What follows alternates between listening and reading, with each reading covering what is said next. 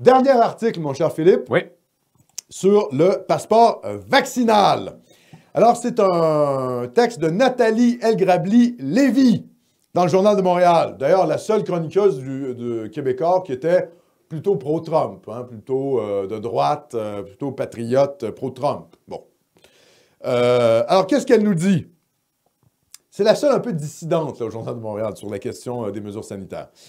Tandis que la vaccination progresse, des voix réclament l'instauration du passeport vaccinal. Ce serait, paraît-il, la seule manière de récupérer nos libertés et de redémarrer l'économie.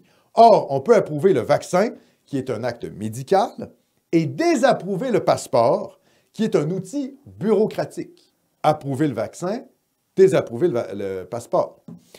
Amalgamer les deux notions est un lamentable et pernicieux raccourci intellectuel. Elle continue plus loin. Pour tout être rationnel, l'instantanéité de la consommation n'est pas un critère de décision, surtout lorsqu'un virage sociétal est en jeu. La rationalité, c'est voir plus loin que son prochain achat et comprendre que la société que nous léguerons à nos enfants dépend de nos décisions d'aujourd'hui. Or, soyons réalistes. Vu les coûts de l'instauration d'un passeport, cette mesure ne pourrait être temporaire. Il faut donc analyser les risques qu'il représente pour la vie privée et surtout envisager les tentations éventuelles pour les États de l'utiliser à d'autres fins. Autrement dit, qu'est-ce qu'elle critique? C'est le biopouvoir, c'est-à-dire qu'on est face à des États qui sont de plus en plus intrusifs dans nos vies à cause des nouvelles technologies, qui en plus font des campagnes de vaccination massive auprès de la population et qui, finalement, font en sorte de verrouiller la possibilité pour les individus de circuler librement par des méthodes bureaucratiques qui sont celles d'une sorte de passeport vaccinal intérieur. Parce qu'à la limite, le passeport vaccinal à l'extérieur pour aller dans certains pays pour voyager, c'est déjà le cas en Afrique. Hein? Quand vous voulez aller en Afrique, il faut que vous preniez certains vaccins parce que voilà, c'est l'Afrique. Bon. À l'international, je pense que ça pourrait se faire. Mais des sortes de carnets vaccinaux pour avoir accès à certains types d'activités en société en Occident, c'est sûr que ça fait un peu penser aux régimes qui ont des tendances, je dis bien qui ont des tendances autoritaires et totalitaires, comme la Chine communiste avec son crédit social. Où il y a évidemment la reconnaissance faciale, etc.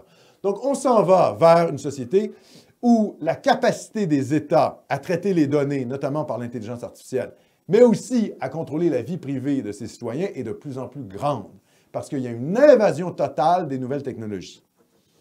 Donc, par le développement de la technique, hein, je renvoie à la capsule qu'on a fait moi et Sébastien Créfiard du faisceau philosophique sur la technique et le transhumanisme, on s'en va vers un contrôle de plus en plus grand des États, des compagnies sur nos vies. Et c'est pour ça qu'il faut un peu mettre un frein sur les tentatives totalitaires de rentrer dans nos vies privées. Il faut quand même se garder une petite distance. On n'a pas envie de vivre dans la Chine communiste totalitaire. Je pense que la majorité des Occidentaux n'ont pas envie de vivre dans cet état-là, et la majorité des Québécois non plus. Donc, réflexion intéressante sur le passeport vaccinal de Nathalie Elgrabli-Lévy. Donc, on peut considérer que le vaccin est une manière de se sortir de la crise sanitaire. Ce n'est pas une raison pour approuver l'espèce de passeport vaccinal à l'interne.